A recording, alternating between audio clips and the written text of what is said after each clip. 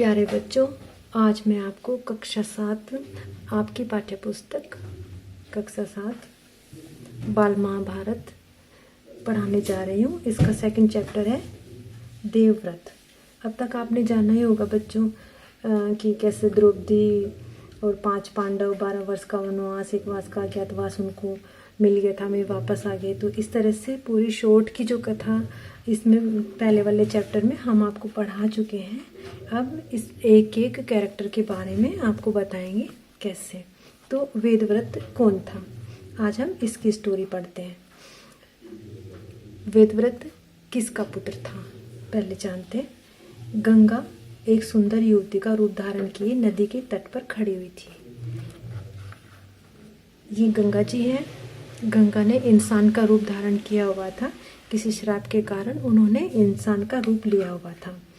तो वे बहुत ही सुंदर थी और वे अपने ही पानी के तट के पास में खड़ी हुई थी। उनके सौंदर्य से राजा शांतनु को मोह लिया। एक दिन क्या हुआ, राजा शांतनु घूमते घूमते आए और उन्होंने देखा कि नदी के किनारे एक लड़की खड़ी हुई है, बहुत ही सुंदर सी, जिसका नाम था गंगा। गंगा बोली, राजन आपकी शांतनु ने गंगा को कहा, शांतनु ने गंगा के सामने एक प्रस्ताव रखा कि वह मुझसे शादी कर ले। तो गंगा ने उनको क्या जवाब दिया। गंगा बोली, राजन आपकी पत्नी होना मुझे स्वीकार है, मैं स्वीकार करती हूँ, पर इससे पहले आपको मेरी शर्त माननी पड़ेगी। क्या आप मानेंगे? तो गंगा ने शादी से पहले ही शांतनु के सामने कुछ शर्त रखी जो इस प्रकार है। राजा ने कहा, अवश्य मानूंगा। राजा शांतनु ने गंगा की सारी शर्तें मान ली और वचन दिया कि वह उसका पूर्ण रूप से पालन करेंगे। गंगा ने जो भी शर्त राजा शांतनु के सामने रखी तो उसका उन्होंने उनको वचन दे दिया कि मैं आपको बिल्कुल नहीं रोकूंगा, बिल्कुल भी नहीं टोकूंगा, आप जो भी बोलोगे मैं वही करूंगा। समय पाकर गंगा ने शांतनु के कई तेजस्वी पुत्र हुए। इसी तरह से गंगा और शांतनु के कई तेजस्वी पुत्र हुए, कई 7 पुत्र हुए उनको, परंतु गंगा ने उनको जीने नहीं दिया। गंगा क्या करती थी, जब भी गंगा को पुत्र होता था तो वो उसको जाकर अपनी ही नदी की धारा में बहाकर आ जाती थी। बच्चे के पैदा होते ही वह उसे नदी की बहती हुई धारा में फेंक देती थी और फिर हंसती मुस्कुराती राजा शांतनु के महल में आ जाती थी। क्या करती थी गंगा, जैसे पुत्र पैदा हुआ उसको पैदा होते ही चलती हुई बहती हुई धारा में फेंक देती थी और हंसती मुस्कुराती हुई शांतनु के महल में वापस आ जाती थी। तो इस बात से राजा शांतनु बहुत ही ज्यादा दुखी थे।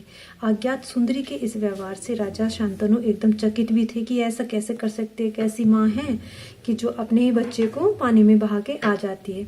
उनके आश्चर्य और क्षोभ का पारावार नहीं रहा, यानी कि उनके आश्चर्य का कोई ठिकाना नहीं रहा कि ऐसे कोई भी माँ ऐसे कैसे कर सकती है। शांतनु क्योंकि वचन दे चुके थे, इस कारण मन मोस कर रह जाते, क्योंकि शांतनु ने वचन दिया हुआ था कि मैं उनको किसी भी काम के लिए नहीं रोकूंगा टोकूंगा, तो इसलिए वो मन मोस कर मतलब अपने मन को एकदम संकुचित करके बस रह जाते थे, दुखी होकर रह जाते थे, कुछ कह नहीं पाते थे।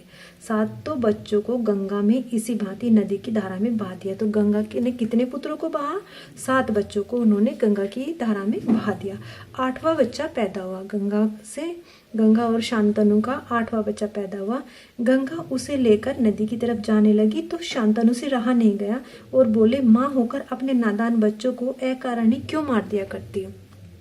गंगा से उन्होंने बोला कि ऐसे कैसे आप अपने बच्चों को बिना किसी कारण के ही मार देती हो, यह घृणित व्यवहार तुम्हें शोभा नहीं देता। शांतनु कहते हैं गंगा को, ये तो बहुत ही घृणा वाला व्यवहार है, तुम कैसी माँ हो, अपने बच्चों को बहती हुई धारा में फेंक कर आ जाती हो, तो यह व्यवहार आपको शोभा नहीं देता। राजा की बात सुनकर गंगा मन ही मन मुस्कुराई। राजा की बात को सुनकर गंगा मुस्कुराई, परंतु क्रोध का अभिनय करती ही बोली। वह मुस्कुराई तो जरूर है, लेकिन शांतनु को ऐसे शो किया उन्होंने जैसे उसे बहुत गुस्सा आ गया हो ये बात बोलने से। राजन, क्या आप अपना वचन भूल गए हैं? मालूम होता है कि आपको पुत्र से ही मतलब है, मुझसे नहीं। तो गंगा कहती है कि राजन, क्या आपने अपना वचन जो दिया था उसको भूल गए हो? मुझे ऐसा लगता है आपको अपने पुत्र से ही प्यार है, बस मुझसे नहीं। आपको मेरी क्या परवाह है, ठीक है, पर शर्त के अनुसार अब मैं नहीं ठहर सकती। गंगा ने शर्त रखी थी शांतनु के सामने कि जिस दिन भी आप मुझे किसी काम से रोक दोगे मैं उसी दिन तुम्हें छोड़कर चली जाऊंगी। तो यहाँ गंगा बोलती है कि अब शर्त के अनुसार आपने मुझे टोक दिया है तो मैं अब यहाँ नहीं ठहर सकती। आपके इस पुत्र को मैं नदी में तो नहीं फेंकूंगी, इस अंतिम पुत्र को मैं पालूंगी और फिर पुरस्कार के रूप में आपको वापस दे दूंगी। उसने बोला कि आपके इस पुत्र को मैं अपने साथ लेके जाती हूँ और मैं इसको पाल कर बाद में आपको वापस कर दूंगी, मैं इसको गंगा में नहीं बहाऊंगी। यह कहकर गंगा बच्चे को अपने साथ लेकर चली गई। यही बच्चा आगे चलकर भीष्म पितामह के नाम से विख्यात हुआ। तो भीष्म पितामह का पहला नाम क्या था? देवव्रत। तो भीष्म पिता के नाम से यही बच्चा विख्यात हुआ।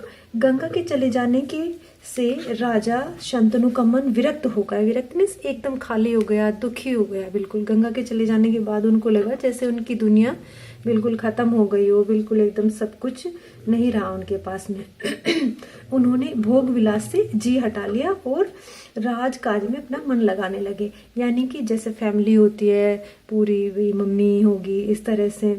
तो राजा ने क्या किया, भोग विलास में ये जो सारी सुख सुविधाएं जो होती हैं उनसे अपना मन हटा लिया और राजकाज में लोगों में अपना मन लगा लिया कि हमारे राज्य में कोई दुखी तो नहीं है। इस तरह से अपना मन उसमें लगा लिया उन्होंने। एक दिन राजा शिकार खेलते खेलते गंगा के तट पर चले गए। एक दिन क्या हुआ, काफी दिनों के बाद में राजा वापस शिकार खेलते खेलते गंगा के तट पर चले गए तो देखा किनारे पर खड़ा एक सुंदर गठीला युवक गंगा की बहती हुई धारा पर बाण चला रहा है। तो शांतनु क्या देखते हैं कि एक लड़का खड़ा हुआ है, एक सुंदर सा, और उसने गंगा की धारा को बाणों से रोक दिया है। एकदम पानी, बहता हुआ पानी को उसने रोक दिया है। बाणों की बौछार से गंगा की प्रचंड धारा एकदम रुक गई थी। यह दृश्य देखकर शांतनु एकदम दंग रह गई। यह दृश्य उनको लगा, शांतनु को लगा कि एकदम आश्चर्यचकित हो गए कि ऐसे कैसे हो गया, बहती गंगा को किसने रोक दिया। इतने में ही राजा के सामने स्वयं गंगा आकर उपस्थित हो गई। तभी सामने से गंगा उनके सामने आकर खड़ी हो गई। गंगा ने युवक को अपने पास बुलाया और राजा से बोली, राजन पहचाना मुझे और इस युवक को? तो गंगा बोलती है कि राजा महाराज, क्या आपने इस युवक को और मुझको पहचान लिया है? यही आपका और मेरा 8वां पुत्र देवव्रत है। महर्षि वशिष्ठ ने इसे शिक्षा दी है। देवव्रत को किसने शिक्षा दी थी? महर्षि वशिष्ठ ने। शास्त्र ज्ञान में शुक्राचार्य और रण कौशल में परशुराम ही इसका मुकाबला कर सकते हैं। यह जितना कुशल योद्धा है उतना ही चतुर राजनीतिज्ञ भी है। आपका पुत्र मैं आपको सौंप रही हूँ, अब ले जाइए इसे अपने साथ। तो गंगा क्या करते हैं उस वक्त, उनके पुत्र को कहते हैं कि लो आपका पुत्र, अब मैंने इसको शिक्षा दीक्षा सब कुछ दे दिया, तो अब आप उसको ले जाइए, अपने साथ लेके चले जाइए, मैं आपका पुत्र आपको सौंप दिया। गंगा ने देवव्रत का माथा चूमा और आशीर्वाद देकर राजा के साथ उसे विदा कर दिया। ठीक है, तो देवव्रत को उसने महाराज शांतनु के साथ में भेज दिया और वापस चली गई। तो अब तक इस पाठ में यही है। आगे आपको भीष्म पितामह के बारे में, उन्होंने क्या प्रतिज्ञा ली थी, इस बारे में बताया जाएगा।